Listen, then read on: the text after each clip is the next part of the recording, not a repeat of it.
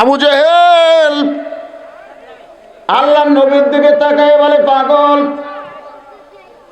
পাগল। নবী কয় কি?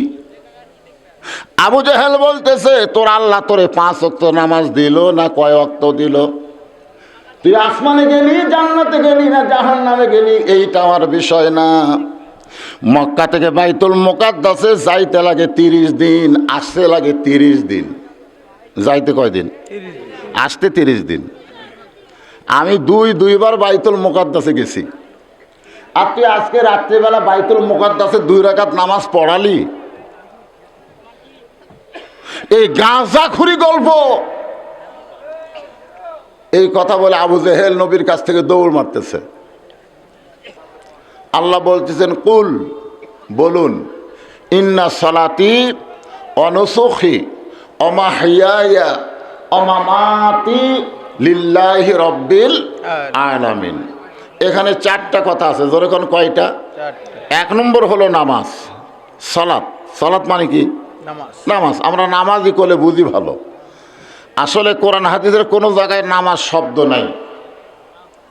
আমার এলাকার এক ভণ্ড কইছে, তুই যে এত নামাজ পড়িস, এগুলো তো কোরআন হাদিসে নাই। ও মূর্খ মানুষ বুঝতে পারেনি। আমরা এসে কই, হুজুর কোরআনে নাকি হাদিসে নাকি নামাজের কথা নাই। আমি বললাম, নাই ভাই। তাহলে খামাখা কি? আগে করো রে মন আখেরের কাজ, ধ্যান যোগে হয় দিলের নামাজ। ও তোমার পাঞ্জি গানা, নামাজ পড়া লাগবে না। ওরে শরীয়তের মৌলানা, চোখ 2টা করলা কানা। কোরআন হলো 90 পারা, তোমরা খোঁজা দেখলা না। আপনাদের শেরুয়া বর্তলার আশেপাশে এরকম ভণ্ড আছে না নাই? ধরে কেন আছে না? কারণ শেরপুরে তো আমি অনেক ওয়াজ করছি। আপনাকে হাঁড়ির খবর পর্যন্ত আল্লাহ আমাকে জানার তৌফিক দিয়েছে। দীর্ঘ 10 বছর একটানা শেরপুর জেলা ওয়াজ করেছি। আমার চাইতে বেশি ওয়াজ কোনো বক্তা করেনি, ঠিক কিনা বলেন? কিন্তু যাই হোক, কিছুদিন ওয়াজটা বন্ধ ছিল, এবার আবার খুলে গেছে, আলহামদুলিল্লাহ। এখন আপনারা যারা আজকের কোরআনের মাহফিল এসেছেন, আপনারা সবাই স্বীকারোক্তি দিবেন, কোরআন কি 90 পারা না 30 পারা? 30 পারা। জোরে বলেন। 30 পারা। কোরআন কি জাহিরি না বাতনি? জাহিরি। জাহিরি। হ্যাঁ। এখানে 4টা বিষয়ের মধ্যে 1 নম্বর বলা হয়েছে নামাজ। যার নামাজ নাই তাই কুরবানি দিতে পারবে না। আর যে নামাজ কুরবানি করবে না, সে আল্লাহর জন্যে না, সে শয়তানের জন্যে। ধরে কোন কার জন্যে? খুব খেয়াল করবেন। এখানে বলা হচ্ছে হায়াতি ও মামাতি লিল্লাহি রব্বিল আলামিন। আমার জীবন, আমার মৃত্যু কার জন্যে? আল্লাহর জন্য। যারা বলতেছেন না অন্য কারোর জন্য মরবেন নাকি, জবান খুলে বলেন, বাঁচবো কার জন্যে? আল্লাহর জন্য। মরবো কার জন্যে? একটা বিশ্বাস যদি আমাদের অন্তরে থাকতো, আমরা অন্য কাউরে পরোয়া করতাম না। কিন্তু নাই। 1 নম্বর হচ্ছে নামাজ। এই মাত্র শোনেন, কথাটা মনোযোগ দিয়ে শুনবেন। ফজরের নামাজ আদায় করে রাসূল হেরেম শরীফ থেকে বের হয়েছে। হেরেমের সবচাইতে নিকটবর্তী যার বাড়ি, তার নাম হলো আবু জেহেল। তার নাম কি? আবু জেহেল। আসলে আবু জেহেলের ভাগ্যটা খুবই ভালো। আমি ওর বাড়িতে পায়খানা করতে করতে চিন্তা করলাম যে আসলে তোর বাড়িটা খুব ভালো রে, তোর ভাগ্যটাও ভালো। কারণ আবু জেহেলের বাড়ি থেকে পশ্চিম দিকে 200 মিটার, কয়শো মিটার? 200 মিটার দূরে হচ্ছে কাবাঘর। আর পূর্ব দিকে 150 মিটার দূরে হচ্ছে আল্লাহর নবীর বাড়ি। তাহলে পশ্চিমে হচ্ছে লা ইলাহা ইল্লাল্লাহ, আর পূর্ব দিকে হচ্ছে মুহাম্মাদুর রাসূলুল্লাহ, মাঝখানে আবু জেহেল। এরপরও আবু জেহেল 1 ওয়াক্ত নামাজ পড়েনি। আজকে আপনাদের মসজিদের পাশে হয়তো কারো বাড়ি আছে, মসজিদে আজান হয়, আকামত হয়, ওই বাড়িওয়ালা মসজিদে আসে না। এরকম আছে না নাই? ওই কিন্তু আবু জেহেলেরই খালাতো ভাই। আজান শোনে, আকামত শোনে, অথচ মসজিদের মধ্যে ঢোকে না। আবু জেহেল আল্লাহর নবীর দিকে তাকায় মুস্কি মুস্কি হেসে বলতেছে, বাজান সন্ধ্যার সময় তোমাকে দেখলাম তুমি সুন্দর। আবু জেহেল নবীকে বলতেছে সন্ধ্যার সময় দেখলাম তুমি সুন্দর, কিন্তু সকালবেলায় দেখতেছি তুমি অতীব সুন্দর। মানে সন্ধ্যার সময় দেখছি সুন্দর, কিন্তু সকালবেলায় দেখতেছি তুমি খুবই সুন্দর। এর মধ্যে কারণ কি? আল্লাহর নবী চমকে উঠলেন। নবী চমকে উঠে বললেন, চাচা সন্ধ্যার সময় আপনি আমাকে আসল রূপে দেখেন নাই, আপনি শুধু আমারে দেখেছেন, কিন্তু সকালবেলায় দেখতেছেন, এই দেখাটাই হলো আমার আসল রূপ। জোরে কোন সুবহানাল্লাহ। এখন বলেন রাসূলের আসল রূপে কেমন সুন্দর? 400 রজগ্রহ তারা, তারি নূরের ইশারা, নইলে যে অন্ধকারে ডুবিত এই ধরনী। সবাই বলেন, কত গান জীবনে গাইলেন। নবীর নামে একটা গান গান তো সবাই বলেন, নবী মোর পরশমণি, নবী মোর সোনার খনি, নবী নাম ভাবে যেজন সেই তো দোজা হানের ধ্বনি।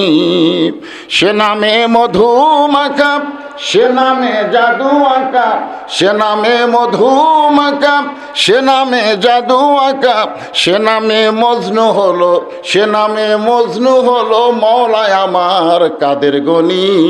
সবাই বলেন, নবী মোর পরশমণি, নবী নাম ভাবে যেজন সেই তো দোজা হানের ধ্বনি। আল্লাহ রাসূল বলে, চাচা আমাকে সকালবেলা সুন্দর দেখার কারণ হলো আজকে রাত্রেবেলা আমি যখন ঘুমিয়েছিলাম, তখন ফেরেশতা জিবরাইল আমাকে ঘুম থেকে চেতন করে বোরাকের পিঠে করে বাইতুল মুকাদ্দাস, কি বাইতুল মুকাদ্দাস, যে বাইতুল মুকাদ্দাস নিয়ে আমার জামাই ওয়াজ করলো। আপনারা মোটামুটি গরমই হয়ে গেছিলেন, তাই না? ওয়াজ যখন থামে গেল, যে তাকবীর মারলেন, সুবহানাল্লাযী আসরা বিআবদিহি লাইলাম মিনাল মাসজিদিল হারাম ইলাল মাসজিদিল আকসা। তাহলে বাইতুল মুকাদ্দাসের কথা কোরআনে আছে না নাই? আছে। যাকে বলা হয় বাইতুল আকসা। সেই বাইতুল মুকাদ্দাসের ভিতরে গিয়ে আমি 2 রাকাত নামাজ পড়ালাম। নবী আবু জেহেলকে বলতেছে, কয় রাকাত? 2 রাকাত নামাজ পড়ানোর পরে আল্লাহ পাক আমাকে 7 আসমান পাড়ি দিয়ে আল্লাহর আরশে নিয়ে গেল। আল্লাহর সঙ্গে আমার অনেক কিছু গল্প হলো। আমি জান্নাত দেখলাম, জাহান্নাম দেখলাম। আল্লাহ তাআলা আমাকে 5 ওয়াক্ত নামাজ দিল। কয় ওয়াক্ত? আমি ফজরের নামাজ আদায় করে আপনার সাথে দেখা করলাম। হয়তো এই কারণেই আমার চেহারাটা আপনাকে অতীব সুন্দর লাগছে। মানুষ যদিও কালো হয়, সে ব্যক্তি যদি 5 ওয়াক্ত নামাজ পড়ে, তার চেহারার মধ্যে একটা আলাদা নূর, আলাদা একটা সৌন্দর্য থাকে। জোরে কোন কথা ঠিক কিনা ভাইজান? দেখবেন অজু করার কারণে 5 বার তো মুখ ধোয়া লাগতেছে, একবার অজু করতে 3 বার করে, কয়বার করে? 3 বার। চেহারা ধোয়া লাগতেছে। তাহলে 5 ওয়াক্ত নামাজে 15 কমপক্ষে 15 বার আপনি চেহারাটা ধুয়ে ফেলতেছেন। এখন শীতের দিনে মানুষ আসর দিয়ে এসা পড়ে, জোরে কোন ঠিক কিনা? এই শীতের দিনে আমিও বেশি উজু করি না, আসর পরে আসরের আগে উজু করি, ওই উজু দিয়েই মাগরিব এশা আদায় করার চেষ্টা করি, বারবার ঠান্ডা পানি, তাহলেও তো মুখ ধোয়া লাগে। জোরে কোন ঠিক কিনা? আবু জেহেল আল্লাহ নবীর দিকে তাকায় বলে, পাগল পাগল। নবী কয়, কি? আবু জেহেল বলতেছে, তোর আল্লাহ তোরে 5 ওয়াক্ত নামাজ দিল না কয় ওয়াক্ত দিল? তুই আসমানে গেলি, জান্নাতে গেলি না জাহান্নামে গেলি, এইটা আমার বিষয় না। মক্কা থেকে বাইতুল মুকাদ্দাসে যাইতে লাগে 30 দিন, আসতে লাগে 30 দিন। যাইতে কয় দিন? 30 দিন। আসতে 30 দিন। আমি দুইবার বাইতুল মুকাদ্দাসে গেছি। আর তুই আজকে রাত্রিবেলা বাইতুল মুকাদ্দাসে 2 রাকাত নামাজ পড়ালি? এই গাঁজাখুরি গল্প। এই কথা বলে আবু জেহেল নবীর কাছ থেকে দৌড় মারতেছে। আল্লাহ রাসূল বলে, চাচা আপনি দৌড় মারতেছেন কেন? আবু জেহেল বলতেছে, বহুদিন হলো চেষ্টা করতেছি তোকে আমার এলাকা থেকে বের করে দিব, কারণ কিছুদিন হলে আমি দেখতেছি মানুষগুলো এসে আমার বাড়ির দিকে থুতু দেয় আর তোর বাড়ির দিকে সালাম দেয়। আমার বাড়ির কাছে তুই থাকবি আর জনগণ তোকে সম্মান করবে, আমাকে করবে না।